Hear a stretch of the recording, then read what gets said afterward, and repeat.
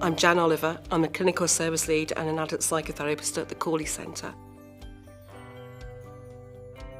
My name is David Weir and I'm the clinical service lead within mental health and learning disability services. I'm Marieke Wrigley. I'm team leader for the SHARP team and I'm in the psychosis CAG.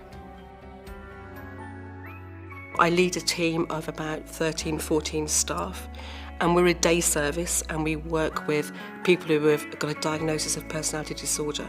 So we do lots of groups and lots of individual work and things like that. It's a place where clients, patients come for up to 5 days a week for 2 years. It's a very intensive programme. My job is a lot about supervision and teaching and training and managing the service itself. I've done that for 22 years when I set up the service in 1994. I think the one thing that does inspire me is actually working with so many different people over the years, try and actually get people to do the best that they can in their own lives.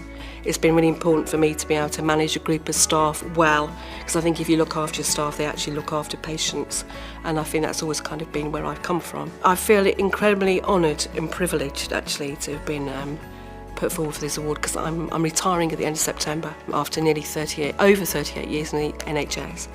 So for my staff to put me forward for this award, I feel just incredibly grateful, really. Being a nurse and working with service users, it's a great gift to have been given, and to try to make a difference in people's lives on a day-to-day basis and to work with great staff within a great organisation, I think that's what I'm really proud of. It's always important, I think, to listen to everybody's views. It's also important to sort of be grounded in what you think is right yourself. Try to get as much information, advice, support as you can, but at the end of the day I think you have to make decisions which feel right to you, and I guess that's what I say to people. I think sometimes if you think that something feels right, it generally is. When I found out I was nominated for the award, I was really pleased. I was really impressed that somebody had taken the time to sit down and submit my nomination. To me, it was a reflection of the work that I put into the service, and I guess just the relationship that I have with the staff. Winning this award for me would be, I guess, a confirmation of some of the work that I've been doing over the last year or so, especially with the mental health and learning disability services. We've gone through quite a process of restructure and trying to refocus our services. So I guess, in as much as that it would be personally pleasing for me, I think it would be a reflection of the work that the team have done. We were rated as outstanding in this recent CQC inspection, and I think that's a huge credit to the staff that I work with.